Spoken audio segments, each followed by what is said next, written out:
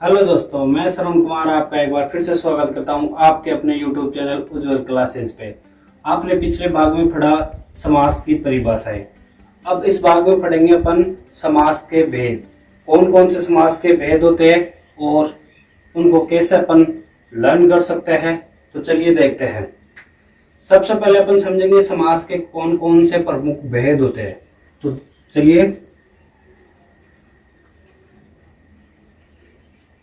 समास के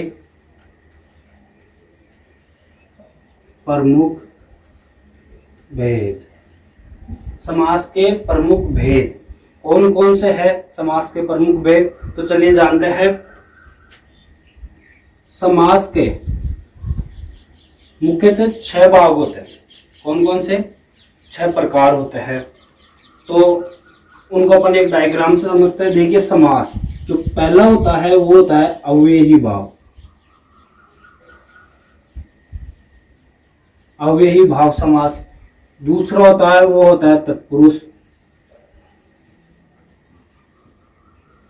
तीसरा जो होता है वो होता है द्वंद्व। और जो चौथा होता है वो होता है बहुव्रीहि।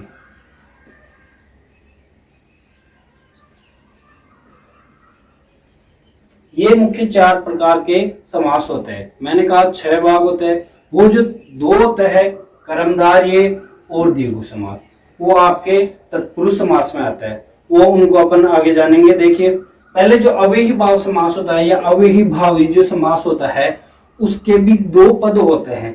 कौन कौन से? पहला जो पद है वो होता है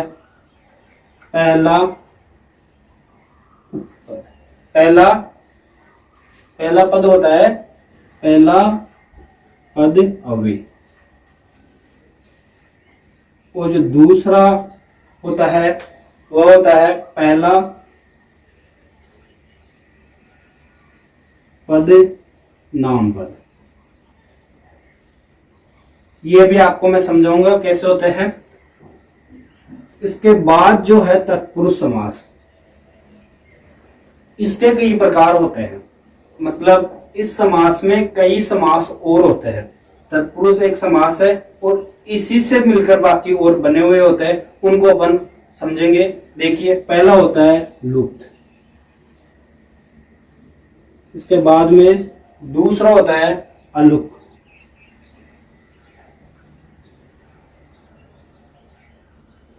एक होता है इसमें उपपद और नज।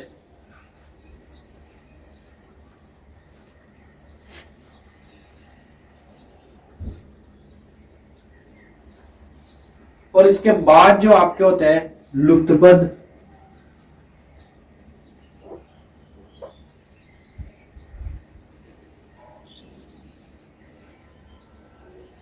और इसके बाद जो बच गए आपके, जो मैंने बताया कर्मधारय और द्विगु समास, इसके अंदर आते हैं कर्मधारय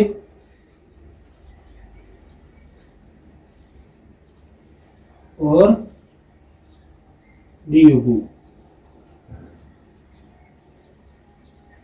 ये समास तत्पुरुष समास के अंदर आते हैं। कौन से? कर्मधारय और द्विगु। ध्यान रखिएगा। और जो द्वंद्व समास होते हैं ये भी 3 प्रकार के होते हैं। ये जो मैं आपको समझा रहा हूं डायग्राम से, ये आपके पटवारी में, सीएसएफ हेड कांस्टेबल में और भी कई जो कंपटीशन एग्जाम है जिनमें हिंदी आते हैं उनके लिए काफी महत्वपूर्ण है। तो कृपया ध्यान से देखिए। जो द्वंद्व समास होता है इसके 3 भाग मुख्यतः होते हैं। कौन कौन से? इतरेतर। आपने सोचा होगा ये कौन कौन से समास है जो सर बता रहे हैं नए। ये ध्यान से सुनिए, ये मैं पूरा आपको विस्तार से समझाऊंगा कौन कौन से समास के ये जो भेद है कौन कौन से है। कई लोग मुख्यतः 6 प्रकार के जो समास है वो आपको समझा देते हैं और उन्हीं में से आपको बताते हैं कि क्वेश्चन आएगा, पर नहीं, कई प्रकार के और समास होते हैं जिनको अपने को जानना बहुत ज्यादा जरूरी है, जैसा कि मैं आपको बता रहा हूं।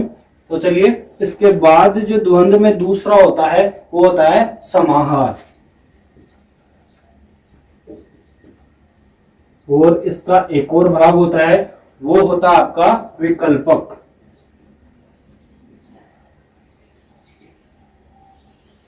ये द्वंद्व के भाव होते हैं। चलिए एक बार मैं आपको फटाफट जल्दी से दोहरान करवा देता हूँ। समास के प्रमुख भेद। समास के मुख्यतः 4 प्रकार होते हैं: अव्ययी भाव, तत्पुरुष, द्वंद्व और बहुवीर्य। अव्ययी भाव के भी 2 पद होते हैं। कौन कौन से? पहला पद अव्यय हो जिसमें, और एक बनता है समास जिसमें पहला पद नाम पद हो। इनको अभी अपन आगे जानेंगे। इसके बाद होता है तत्पुरुष। तत्पुरुष में कई प्रकार के समास होते हैं, जैसे लुप्त है, अलुक है, उपपद है, नज है, लुप्तपद है, कर्मधारय है, द्विगु है। ये सब तत्पुरुष के अंदर आते हैं। इसके बाद द्वंद्व है। द्वंद्व के भी 3 प्रकार होते हैं: इतरेतर, समाहार और विकल्प। और उसके बाद बहुवीर्य आपका जो समास बचता है वो होते हैं। ये तो थे समास के प्रमुख भेद। इसके बाद अपन अब पढ़ेंगे अव्ययी भाव समास को, कि अव्ययी भाव समास क्या होता है, इसको विस्तार से अपन जानेंगे। ये कौन सा पहला पद अव्यय सर ने बताया है, और ये दूसरा जो पहला पद नाम पद है, इनके द्वारा समास कौन कौन से होते हैं और इनके कौन कौन से भाव होते हैं। तो चलिए आगे जानते हैं। मैंने आपको जैसे बताया अव्ययी भाव समास को अपन जानेंगे। मैं यहाँ लिख देता हूं।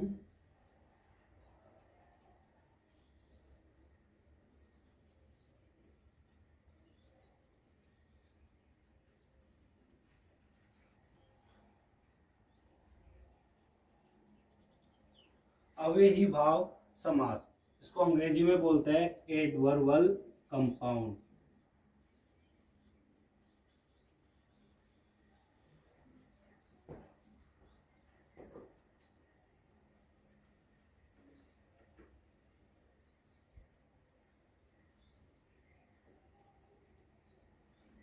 अपन जानेंगे अव्ययी भाव समास एडवर्बल कंपाउंड को, कि इसका क्या अर्थ होता है। पहले तो अपन इसका अर्थ समझेंगे। अर्थ, अव्ययी भाव, अव्यय, अव्यय का मतलब क्या होता है पहले तो अपन जानेंगे। अव्यय, इसको देखिए, जब तक अपन किसी चीज को अच्छे से नहीं समझ लेते, इसका नाम का मतलब जब तक अपन नहीं समझ आते, तब तक अपन इसको नहीं समझ पाएंगे। इसलिए सबसे पहले अपने को इसको समझना जरूरी है। इसको समझ में, इसका भाव समझ में आ गया, इसका अर्थ समझ में आ गया, तो अपने को हर समास भी समझ में आ जाएगा। इसके सारे जो एग्जाम्पल्स है उनको भी अपन अच्छे से फाइंड कर पाएंगे। तो चलिए, अव्यय का मतलब क्या होता है। वे यानी अव्यय का मतलब होता है अपरिवर्तित, जो बदले नहीं, अपरिवर्तित।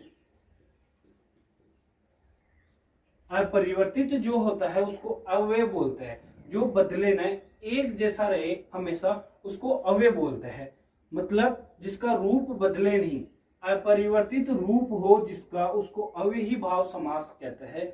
मतलब जो भी शब्द है वो जैसा का वैसा ही रहे, उसको अव्ययी भाव समास के नाम से जाना जाता है। सीधी सीधी सी भाषा में अपन इसको समझ सकते हैं, जिसका रूप अपरिवर्तित रहता है, जो बदले नहीं, उसको अव्यय कहते हैं। छोटी सी डेफिनेशन आपको याद रखनी है कि जिसका रूप परिवर्तित नहीं हो, जो बदले नहीं, उसको अव्ययी भाव समास को रूप में जानते हैं। तो चलिए इसके आगे जानते हैं, इसकी परिभाषाओं के बारे में जानते हैं। जैसे आपने लिया, जैसे मैंने यहां लिया, आप देखिएगा, यथासंभव,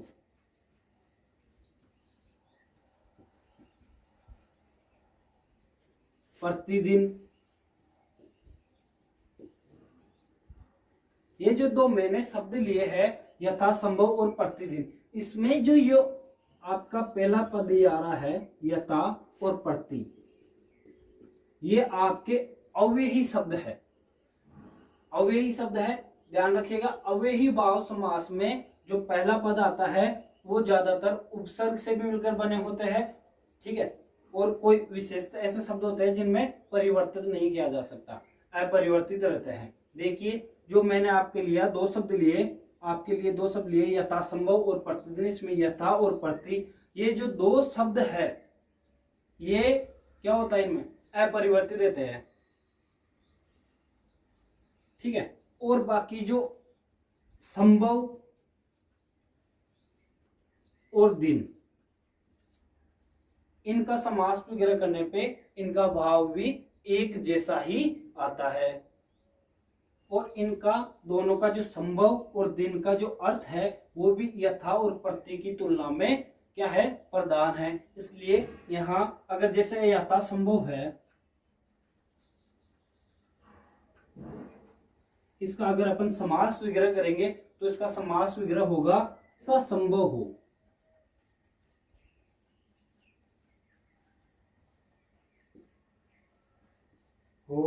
सके, जैसा संभव हो सके।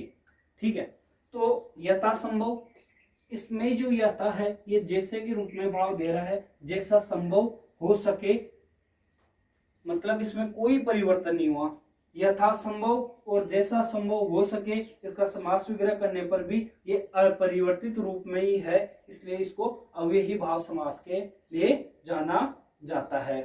अब इसके आगे चलते हैं। एक नोट डाउन करने वाली बात है, ध्यान रखिएगा कि इसमें पहला पद हमेशा, पहला पद प्रधान नहीं हो, पहला पद प्रधान नहीं हो या फिर दूसरा पद भी प्रधान नहीं हो, या बल्कि कोई भी पद प्रधान न हो, अव्यय न हो, फिर भी यहाँ हमेशा अव्ययी भाव समास होता है। इसके आगे बारे में जानते हैं, जैसे हाथों हाथ, घर घर, घड़ी घड़ी, पल पल, ये कई एग्जाम्पल्स है इसके जो अपरिवर्तित रहते हैं। जैसे हाथों हाथ का अगर अपन समास विग्रह करेंगे तो हाथ और हाथ, घर घर, घर घर और घर, घर के बाद एक और घर, ऐसे। जैसे पल पल, पल के बाद पल, इसके बारे में कई इसके एग्जाम्पल्स है, इसको अपन जानेंगे। देखिए अव्ययी भाव समास के भी दो प्रकार होते हैं।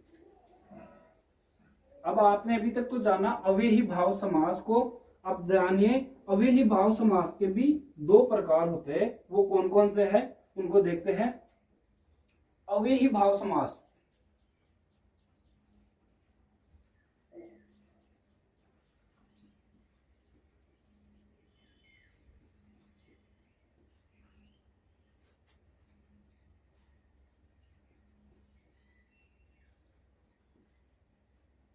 अव्ययी भाव समास के भी प्रकार होते हैं, और वो कितने होते हैं? दो होते हैं। कौन कौन से होते हैं? अव्ययी पद पूर्व,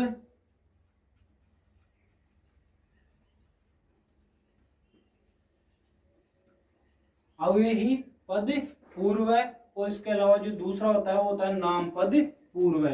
ये पहला हो गया और ये दूसरा है पहला पद पूर्व।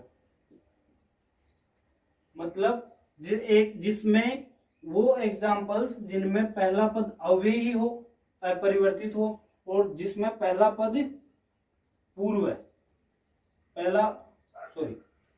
पहला पद पूर्व है, और दूसरा जो होता है वो होता है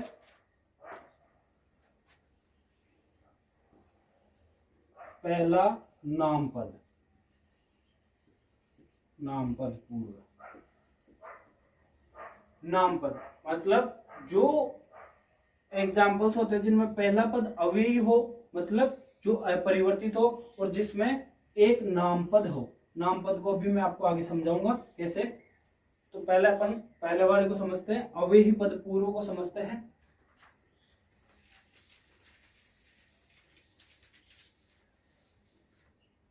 देखिए पहला पद अव्यय को समझते हैं। इसमें पहला पद उपसर्ग होता है, या पहला पद अव्यय होता है और उपसर्ग भी सम्मिलित होते हैं। ठीक है, जैसे अव्ययी भाव समास का समास विग्रह करेंगे। जैसे मैं आपके लिए एक एग्जांपल लेता हूं, बेखटके, बेखटके, ये एक मैंने आपके लिए शब्द लिया है बेखटके। अगर इसका अपन समास विग्रह करें, इसका अगर अपन समास विग्रह करें तो बनेगा बिना खटके के, बिना खटके, बिना खटके के। अब ये जो खटके शब्द है इसका मतलब क्या है भाई? अपने को अगर किसी का समास विग्रह कर रहे हैं तो उनका मतलब भी पता होना चाहिए। ये खटके है, इसका मतलब होता है निर्भयता,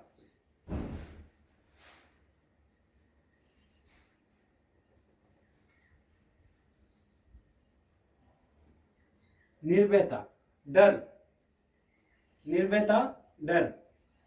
तो ये जो मैंने शब्द बताया बिना खटके, मतलब बिना निर्भयता के या बिना डर के।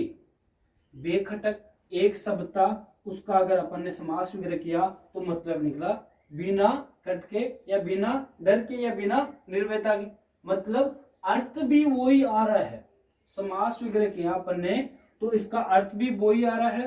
इसमें अव्ययी पद होते हैं, ध्यान रखिएगा, मतलब वो शब्द जो बदले नहीं, बेखटके या बिना खटके, इसका मतलब एक ही हुआ, इसका परिवर्तन कुछ भी नहीं हुआ, इसलिए इसमें अव्ययी भाव समास है। इसका अगला एग्जांपल अपन देखते हैं, जैसे दुस्तर।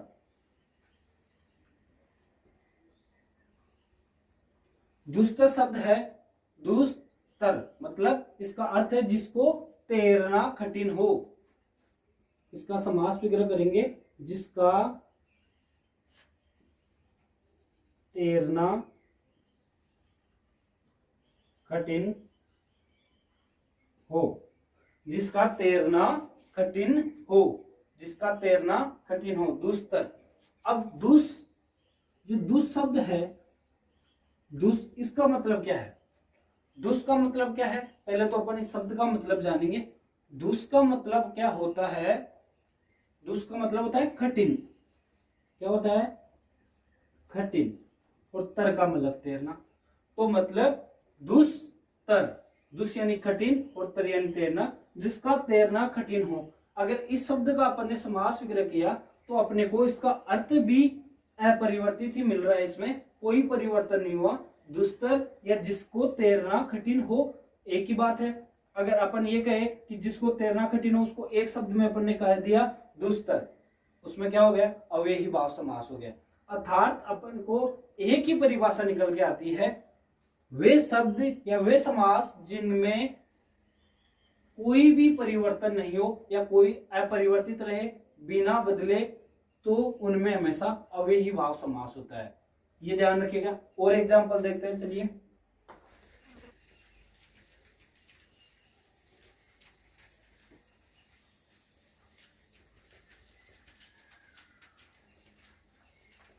चलिए एक एग्जांपल और है, प्रतिद्वंद्वी।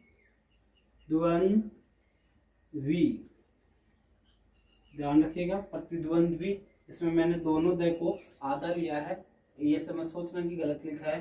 प्रतिद्वंदी, प्रतिद्वंद्वी में इसका अगर समास विग्रह करें, प्रतिद्वंदी का मतलब अगर आप जानते हो प्रतिद्वंदी क्या होता है, नहीं जानते तो अभी मैं समझाता हूं। देखो, प्रतिद्वंदी का अगर समास विग्रह करें तो क्या होगा? द्वंद करने वाला का विरोधी। द्वंद,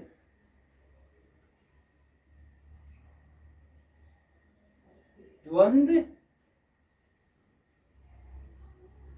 करने वाले का विरोधी। द्वंद करने वाले का विरोधी। द्वंद, अब द्वंद यानी क्या होता है? संघर्ष। द्वंद यानी क्या होता है? संघर्ष होता है। द्वंद का मतलब क्या होता है? संघर्ष, संघर्ष होता है। ठीक है, द्वंद करने वाले का मतलब क्या होता है? संघर्ष होता है। द्वंद करने वाले का मतलब क्या होता है? संघर्ष होता है। द्वंद करने वाले का विरोधी, अब अपने को इसके नाम से पता चल रहा है, प्रतिद्वंदी। प्रति मतलब द्वंद करने वाले का विरोधी, विरोधी यानी संघर्ष। द्वंद का मतलब होता है संघर्ष, संघर्ष करने वाले का विरोधी, ऐसा भी अपन बोल सकते हैं। तो संघर्ष करने वाले का विरोधी, प्रतिद्वंदी, इसको एक साथ अपने बोला, प्रतिद्वंदी बोल दो या संघर्ष करने वाले का विरोधी बोल दो। अगर इस प्रतिद्वंदी का अपन ने समास वगैरह किया तो अपने सामने आया संघर्ष करने वाले का विरोधी, अर्थात इसमें कोई परिवर्तन नहीं हुआ। इसका समास वगैरह करने पे इसका अर्थ जैसा का तैसा है, इसलिए इसको प्रतिद्वंदी या इसको संघर्ष करने वाला कुछ भी बोल सकते हैं। इसलिए इसमें क्या है? अव्ययी भाव समास है। ध्यान रखिएगा, अव्ययी भाव समास को मैंने पहले भी बता दिया, जिसका रूप न बदले, अर्थात वो समास जिसका, अगर ये समास है, इसका अगर अपन ने समास वगैरह किया तो क्या निकल के आया? संघर्ष करने वाले का विरोधी, अर्थात इसमें अर्थ में कोई परिवर्तन नहीं हुआ, कोई बदलाव नहीं हुआ या कोई चेंज वगैरह नहीं होता, वो हमेशा क्या होता है? अव्ययी भाव समास होता है। और भी इसके कई एग्जाम्पल है, जैसे आपाद मस्तक है, ठीक है, कई एग्जाम्पल्स है इसके अलावा भी। जैसे देखिए आपाद मस्तक, ठीक है। और एग्जाम्पल है कई, जैसे अनुस्मारक,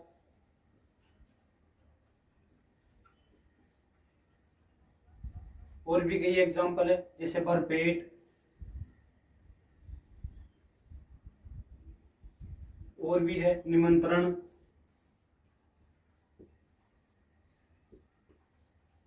कई एग्जाम्पल्स हैं। ये इनका अगर अपन समास वगैरह करेंगे तो इनके अर्थ में कोई परिवर्तन नहीं होगा, इनमें कोई बदलाव नहीं आएगा। तो अर्थात ये कौन से समास हो गए, ये किसके उदाहरण हो गए, अव्ययी भाव के हो गए। जैसे आपाद मस्तक, आपाद मस्तक का अर्थ क्या होता है, पाद, पाद का मतलब होता है पैर, पैर से लेकर के मस्तक तक, मतलब पैरों से लेकर के मस्तक तक आपाद मस्तक, इसका कोई मतलब कोई चेंज हुआ नहीं हुआ। अनुस्मारक मतलब स्मृति दिलाने वाला, अनुस्मारक पत्र लिखा जाता है, एक अनुस्मारक अपने हिंदी में अनुस्मारक, एक पत्र लिखा जाता है, उसके बाद उसी अगर उसका कोई जवाब नहीं आता तो उसकी याद दिलाने के लिए दूसरा पत्र लिखा जाता है, इसको बोलते हैं अनुस्मारक। अनुस्मारक मतलब स्मृति दिलाने वाला, अनुस्मारक वही शब्द है, इसमें कोई परिवर्तन नहीं हो रहा। इसके अलावा भरपेट, पेट भर करके, समास वगैरह करेंगे इनका अर्थ एक ही रहेगा। देखिए निमंत्रण, इसके अलावा अवसरानुसार,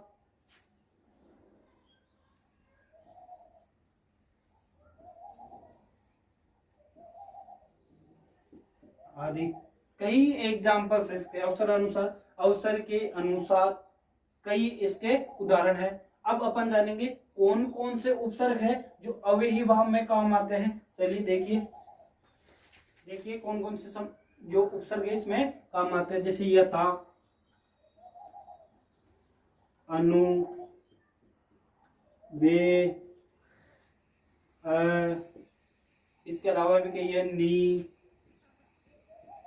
ठीक है। और इसके अलावा बे आ गया, अनु आ गया, नी, आ, और भी कई है, जैसे इसमें वी,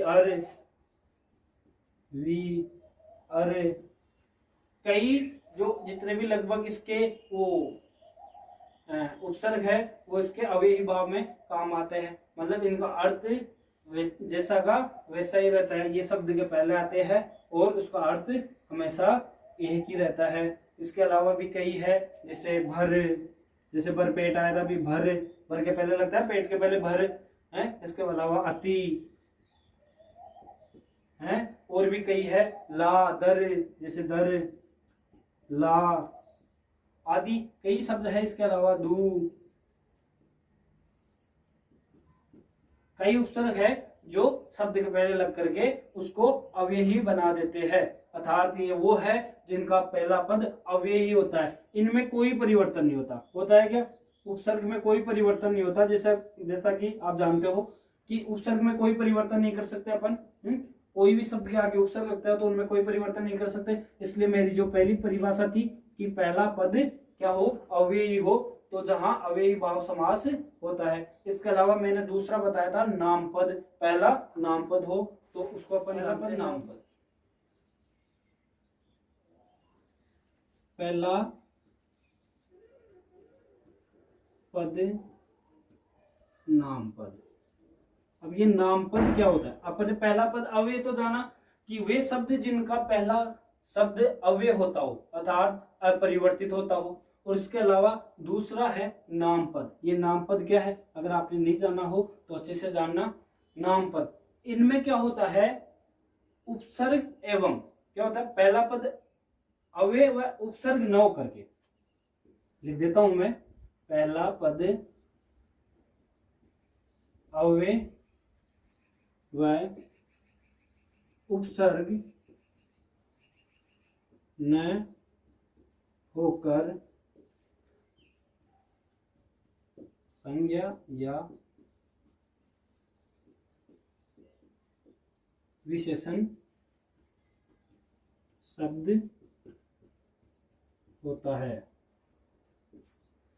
पहला पद नामपद, पहला पद अव्यय व उपसर्ग न होकर संज्ञा या विशेषण शब्द होता है। अब आप कहेंगे इसमें, जैसे इसमें उल्लेखनीय क्या है, महत्वपूर्ण क्या है वो जानिए। महत्वपूर्ण ये है इसमें कि जो इसके संज्ञा और विशेषण शब्द है वो अन्यत्र आने पर तो अपना लिंग वचन कारक अब बदल लेते हैं, मतलब बदल लेते हैं, पर यहां पे अव्ययी भाव समास में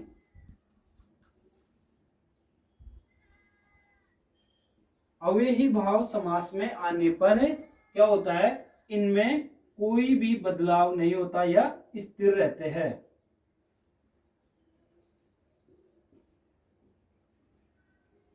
स्थिर रहते हैं अर्थात ये जो नामपद शब्द होते हैं कई, इनमें क्या होता है, अन्यत्र आते हैं तब तो क्या होता है अपने लिंग वचन कारक आदि को बदल लेते हैं, पर अगर अव्ययी भाव समास में आता है तो इनका रूप स्थिर रहता है, इनमें कोई बदलाव नहीं होता। इसके अलावा देखिए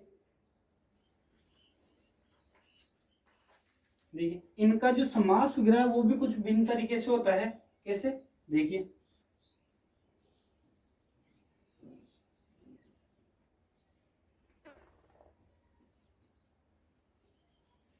इनका समास वगैरह भी कुछ भिन्न तरीके से होता है।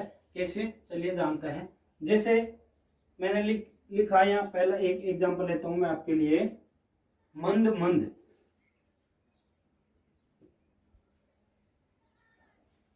मंद मंद शब्द लिया मैंने, इसका अगर अपन समास वगैरह करें तो क्या होगा, मंद के बाद मंद, अर्थात मंद यानी क्या होता है, धीरे, बिल्कुल जैसे अपन जानते हैं धीरे से कोई आवाज होती है या फिर कोई ऐसा काम हो जो धीरे धीरे हो, जैसे मंद के बाद मंद, धीरे के बाद और धीरे से।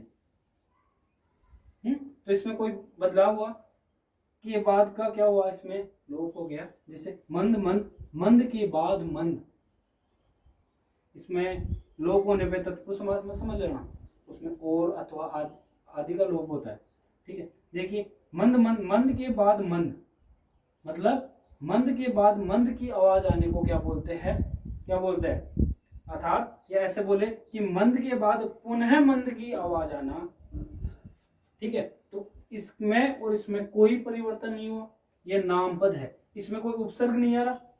मैंने कहा नामपद को समझाएंगे, उसमें क्या आ रहा था, पहला पद क्या आ रहा था, उपसर्ग आ रहा था या फिर अव्ययी आ रहा था, अपरिवर्तित आ रहा था। इसमें डायरेक्ट नामपद है, कोई नाम आ रहा है, जैसे मंद मंद, ये नाम आ गया। ठीक है, इसका समास वगैरह किया तो क्या हुआ, मंद के बाद मंद या मंद के बाद पुनः मंद की आवाज आना। ठीक है, इसके अलावा एक और एग्जांपल देख लें, देखिए इसमें आप समझ जाएंगे, धड़ाधड़, धड़ाधड़, अर्थात इसका अगर समास वगैरह करेंगे तो क्या होगा, धड़ के बाद एक और धड़ की आवाज, क्या होगा, धड़ के बाद पुनः या फिर एक, जैसे पुनः धड़ की आवाज, धड़ के बाद पुनः धड़ की आवाज, इसमें कोई परिवर्तन हुआ नहीं हुआ, धड़ा धड़ या फिर धड़ के बाद पुनः धड़ की आवाज। इसमें देखिए कोई उपसर्ग नहीं है, पहला पद अव्यय नहीं है, अर्थात अपरिवर्तित है। धड़ाधड़ का अगर धड़ के बाद पुनः धड़ की आवाज, क्या हुआ, समास वगैरह अगर अपन ने इसका किया तो कोई परिवर्तित नहीं हुआ, इसके रूप में अपरिवर्तित रहा, इसलिए इसमें क्या है, अव्ययी भाव समास है। और भी कई उदाहरण हैं, जैसे कथनानुसार,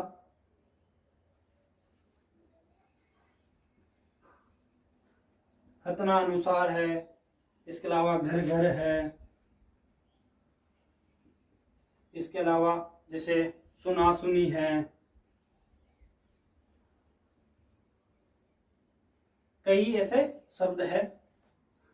ये अपना अव्ययी भाव समास है, जिसके दो पद अपन ने जाने, पहला पद अव्यय और पहला पद नामपद। ये अपना यह समाप्त होता है। इसके बाद अपन अगले वीडियो में पढ़ेंगे तत्पुरुष समास, इसके बारे में जानेंगे, तत्पुरुष के कई कारक होते हैं। ठीक है, और उसको विस्तार से जानेंगे। आज का वीडियो अपना यही खत्म होता है। जाने से पहले एक बार वीडियो को लाइक करना ना भूलें, और अपने चैनल को अगर आपने सब्सक्राइब नहीं किया है तो चैनल को सब्सक्राइब कर लीजिए, ताकि आने वाले हर लेटेस्ट वीडियो का नोटिफिकेशन आपको सबसे पहले मिल सके। जय हिंद, जय भारत।